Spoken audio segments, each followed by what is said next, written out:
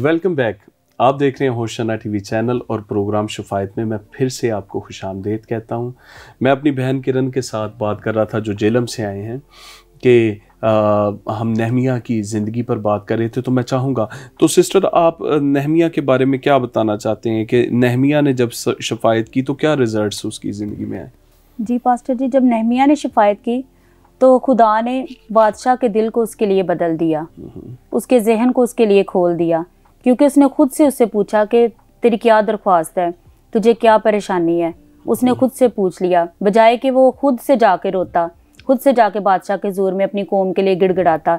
जबकि हम देखते हैं कि उसकी शफायत की वजह से बादशाह ने खुद उससे पूछ लिया। इसका मतलब है कि खुदा ने उसके दिल को उसके लिए खोल दिया और खुदा के पाकरू ने उसे गाइड किया ताकि वो उससे बात कर सके। Praise Lord, praise Lord. जैसा कि यहाँ पे नहमिया ने रोज़े रखे, दुआ की और उसके नतीजे में कौम के लिए एक बहुत बड़ा काम हो गया।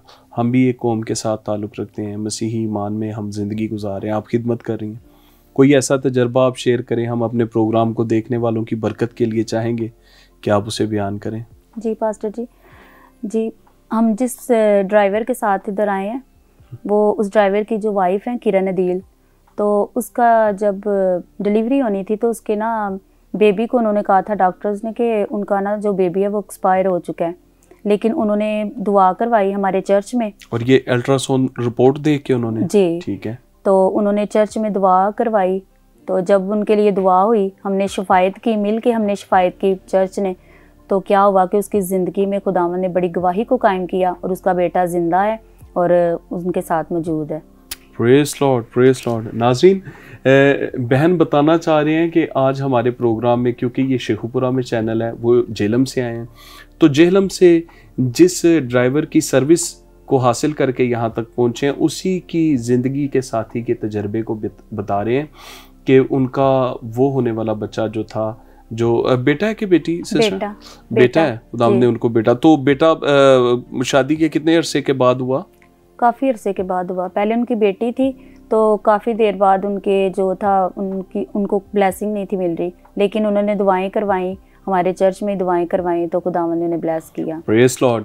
तो नाज़रीन, सिस्टर बता रहे हैं कि इनके साथ जो ड्राइवर आया है उसी की वाइफ जो है काफ़ी अरसे से उसको औलाद की बरकत पहले मिल चुकी थी और फिर और बच्चे की ख्वाहिश थी और ब्लेस नहीं थे हो रहे, और कलीसिया की दुआओं से वो ब्लेस हुई।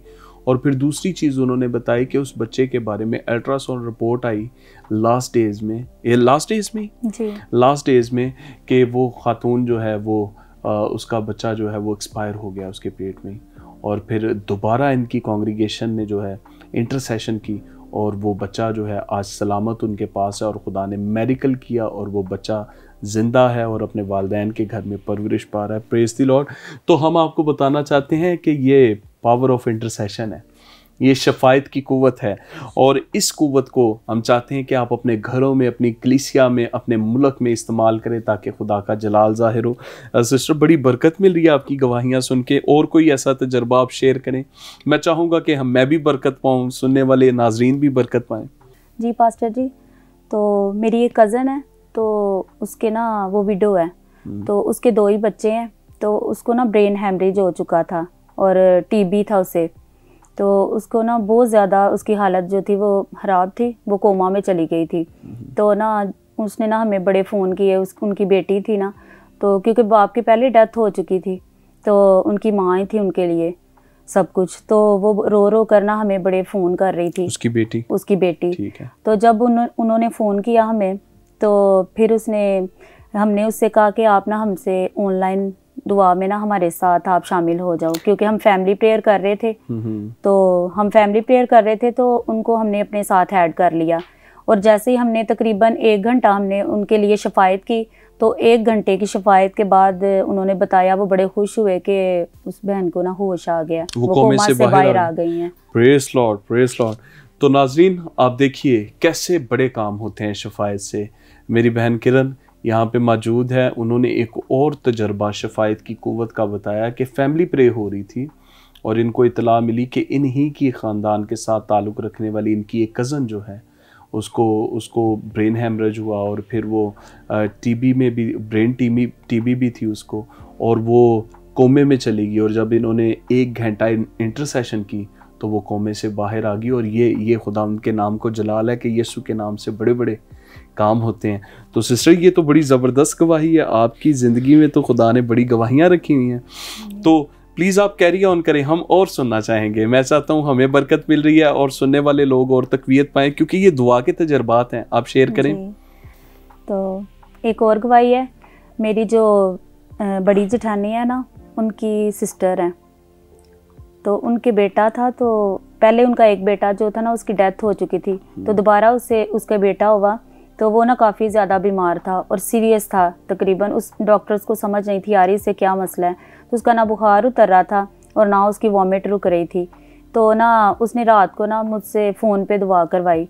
तो जब रात को उसने फ़ोन पे दुआ करवाई तो बड़ा रो रही थी, वो दुआ करवा रही थी ना मुझसे, तो बड़ा रो रही थी, क्योंकि पहले उसके दिल में डर था, उसका पहले एक बेटा इस तरह फोत हो चुका था।